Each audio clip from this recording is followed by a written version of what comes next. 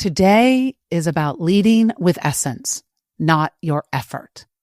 It's about a shift in orientation away from measuring your worth only from hustle, productivity, or achievement. We explore how to let your essence, who you be at your core, beyond all of your roles or responsibilities, drive your effort. This concept is still fresh for me. I'm literally in the midst of figuring it out.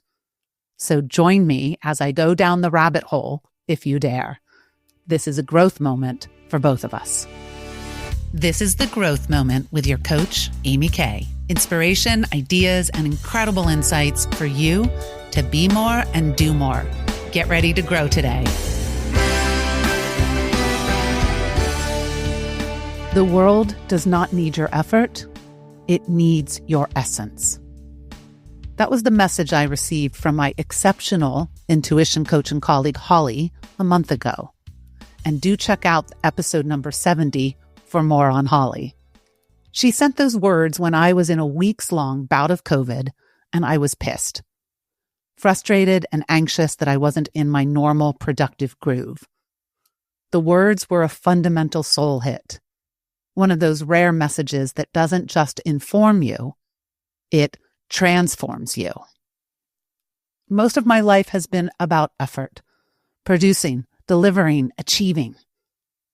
I masked it under the lofty promise of growth, but the truth is, there was always a heavy reliance on striving. It was a core part of my identity and a reliable source of value and validation. I'm thankful for my bias towards action and ability to execute. However, sometimes it has felt more like a have to than a want to. So I've been moving away from leading with effort these past few years, finding more balance, a slow spiral of improvement. But old patterns die hard. That's why this was such a powerful concept. What if my essence, the heart and soul of Amy, is all that is required? What would it be like to effort less? I feel that effort has a forging ahead or striving energy, while essence is more about natural flow. It is a shift in orientation, from external push to internal presence. The whole doing versus being thing. While both are important, let's recognize that effort doesn't automatically include authenticity. You absolutely can have soulless output. I think that is what drains us, creates burnout, leaves you empty. I believe that linking essence to effort can create a higher level of fulfillment. That is my vision for you, for me, for all of us. Before we go further, notice how these ideas hit you. Do they resonate? Intrigue you? Is this worth consideration? What is the right mix of effort and essence at your age and stage? Let's dive in. Essence. Here is a definition. The irreducible core of who you are. Before roles, beyond striving, it's the pure presence that remains when performance, expectation, and identity are stripped away. Essence is not something you achieve or become. It is something you remember and allow. What do you know about your essence? What words would you use to describe it? For the poetically inclined, is there a visual, sound, smell, taste, or touch that captures your essence? Or perhaps a metaphor or symbol? Take a moment to pause, ponder, and jot down any initial insights. Here is my musing. Who am I at my core? What is essentially Amy? I am a grower by nature. I want to know it all, past, present, and future. At my center, I am positive, the seed pushing up through the earth, believing that everything is possible, even when it looks impossible. I am a seeker of depth and have an aversion to surface level anything. I am a synthesizer, wanting to find the organizing principle, how to weave everything together.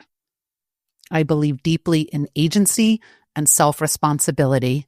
I am allergic to victimhood.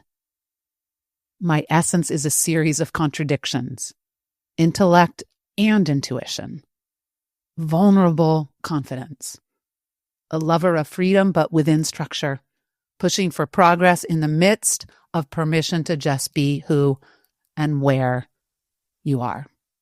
If I strip it all down, that's who I be. I don't have any brilliant symbols or metaphors yet, just that big soliloquy. However, if I think of some of my clients and their essence, a few things come to mind. One client absolutely has the soul of a dolphin. She is curious, playful, a natural connector. She thrives in a social network or system and draws people to her from magnetism, not dominance. I think of my son Matthew, and a single word captures his DNA. At his core, he's an optimizer. Honestly, he's basically embodied AI, a self-upgrading algorithm. He is wired to refine, elevate, and evolve everything he touches. Try parenting that. I find it easier to distill other people's intrinsic qualities than my own. But there are no rules. This isn't a formula. It's just a discovery process to find something that feels right and that you can use as both a reminder and a guide. For me, I'm okay with a big paragraph, but you might prefer something more singular. So, what about your essence? If you can, lean back. Close your eyes. Just be and breathe. Go ahead and see, feel, tune into what's underneath all of your roles, responsibilities, and surface level personas. The truth of you. Curiosity to see into your core, acknowledge what has always been there from the beginning, as well as what is still becoming. Your essential self. Another deep breath so you can begin to capture your insights. I do ask you to take time, now or later, to further explore and describe your essence, the best kind of homework. When we come back, we look at what becomes possible when you lead from essence, letting your effort be beautifully aligned with the heart of you.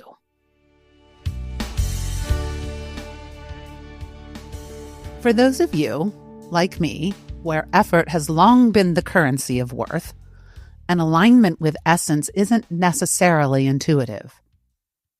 What would it take? Where do we start? I think it requires attunement, consciously linking my actions to my core self. Maybe it's as simple as reading my essence statement in the morning and then launching into my day. I do know what it is not. It's not the old patterns of checking things off my list, rushing to get done, worrying if I've achieved enough. I can imagine asking before starting a task, how can I embody my essence? Whether it's a coaching call, sending a proposal to a new client referral, or a social media post. I would love social media to be effortless. Essence-full social media is being okay with just posting an image or thought that is so me, no second guessing. Essence-full is sending a text to a client, not perfect, but true, and she says it changed her whole day.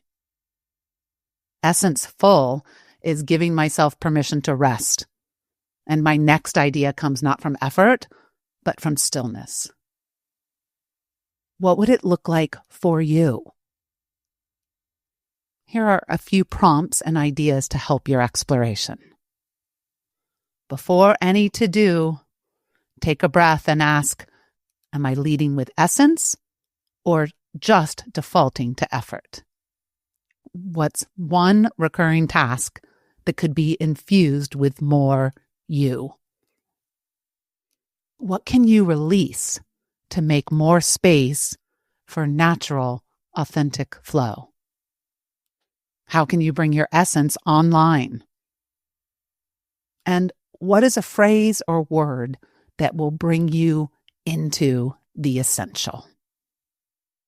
As I said earlier, I definitely don't have this all worked out. You are joining me right in the midst of this life pivot.